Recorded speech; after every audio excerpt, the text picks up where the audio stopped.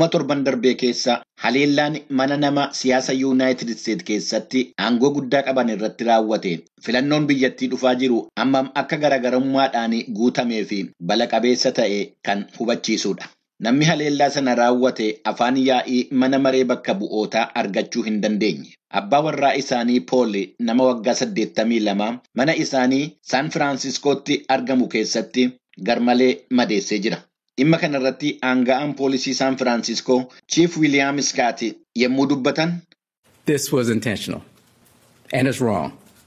Our elected officials are here to do the business of their cities, their counties, their states and this nation.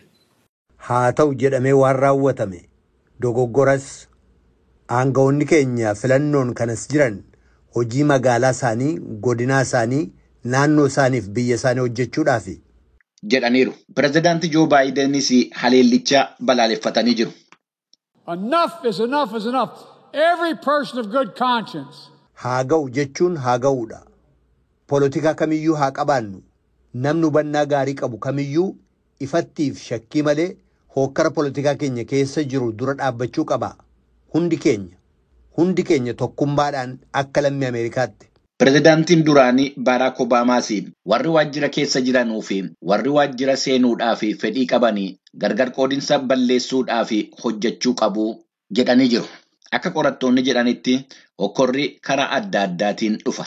Ganna darbe keessa waa'ee seera ulfa baasuutiin walqabatee murtoo dabarsaniin abbootiin seeraa mana murtii muummee warreen ejjannoo rincicaa qaban sodaachisni ajjeechaa isaan qaqqabee ture.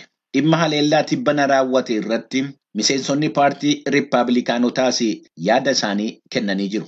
Hoogganaa irra jireessa seneetii kan ta'an Miich Maakineel yaada fuula tiwiitarii isaanii irratti barreessaniin maatii Naansii Peelosiitii fi hawwii gaarii qaban ibsanii jiru. Itti aanaan pirezidaantii duraanii Maayik Peensi gama isaaniitiin hokkora aanga'oota mootummaatii fi maatii isaanii irratti raawwatu ilaalchisee wanti wal dandeettiidhaan bira darbuu qabanu jiraachuu hin qabu jedhaniiru. Pirezidaantiin duraanii Doonaald Tiraamp erga callisanii turanii booda dhumarratti haleellichi waan gadheedha jechuudhaan ibsanii jiru. Amajjii 6 bara 2021 hokkoraa fi haleellaa Kaapitaal Hiil irratti raawwatameen walqabatee Doonaald Tiraamp akka fuula tiwiitariitti hin fayyadamne dhorkamanii jiru.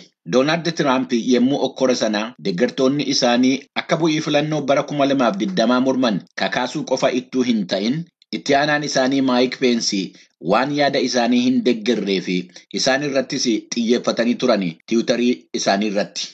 Doonaald Tiraamp filannoo walakkeessaa taasifamuuf deemu ilaalchisee namoottan kakaasaa jiru jechuudhaan qeeqni irratti dhiyaachaa jira. Biiliyeenerichi Ilaan Mask dhaabbata tiwiitarii dhuunfatanii jiru. Itti seensa yookiin liinkii marsariitii waa'ee haleellaa abbaa warraa Peelosii irratti raawwatame ilaalchisee waan dhugaa hin taane maxxanse tokko tiwiit godhanii turan.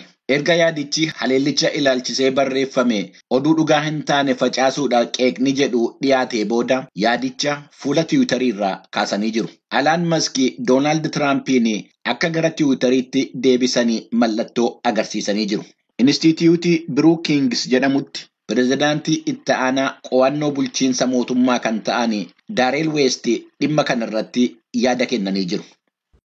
The possibility that Trump could go back on Twitter sends shivers down a lot of people's backs because they worry that that's just going to add to the. Gara tiwiitariitti deebi'uu danda'uun Trump namoota hedduu mufachiisuu danda'a. Sababaan isaa haasawwan nama gargar qoodanii fi kaka'umsa hokkaraa uumuudhaan fuulduratti jeequmsa dabalataa fiduu waan danda'uuf. Ministeerri haqaa filannoon bilisaa fi madaalawaa ta'e akka hundaafuu mijataa ta'uu ibsee sagalee kennitoota irratti dhiibbaa raawwatamuu fi akka obsa hin qabne beeksisee jira. Erga namoottan sanduuqa sagalee eegaa jiranii namoottan sagalee kennaa jiran irratti dhiibbaa raawwatanii booda kutaan Arizoonaa eegumsa nageenyaa dabalee jira. Bulchiinsa Wisconsin keessatti hojjettoonni filannoo haala sodaa guyyaa filannoo uumamuu danda'anuu fi akka qophaa'an leenjiin kennameefii jira. Wanti kun yoo namoottan sagalee kennan kan sodaachisu yookaan kan gaddisiisu ta'e namni hunduu waan tokko gochuu qabaa jedhu Daareel Weest Inistituutii Brookings irraa. People need to participate in politics. The more people who participate, the stronger our system will be. Namoonni siyaasa keessatti hirmaachuu qabu. Hirmaannaan namootaa dabaluunsaa sirni keenya akka jabaatu taasisuudhaan sagalee warreen finxaaleeyyii akka bakka hin arganne taasisa. Kanaafuu uummanni sagalee kennuu qaba. Karaa nagaadhaan yaada isaanii ibsachuu qabu. Namoonni dhuunfaan sana goonaan biyyi keenya haala gaariirra jiraatti. Guyyaan filannoo waliigalaa 9/8 ta'uus yeroo ammaa sirni sagalee dursanii kennuu guutummaa biyyattii keessatti taasifamaa jira jedha gabaasni Aniitaa Paawolii Waashingtan irraa VOAdhaaf qindeessite.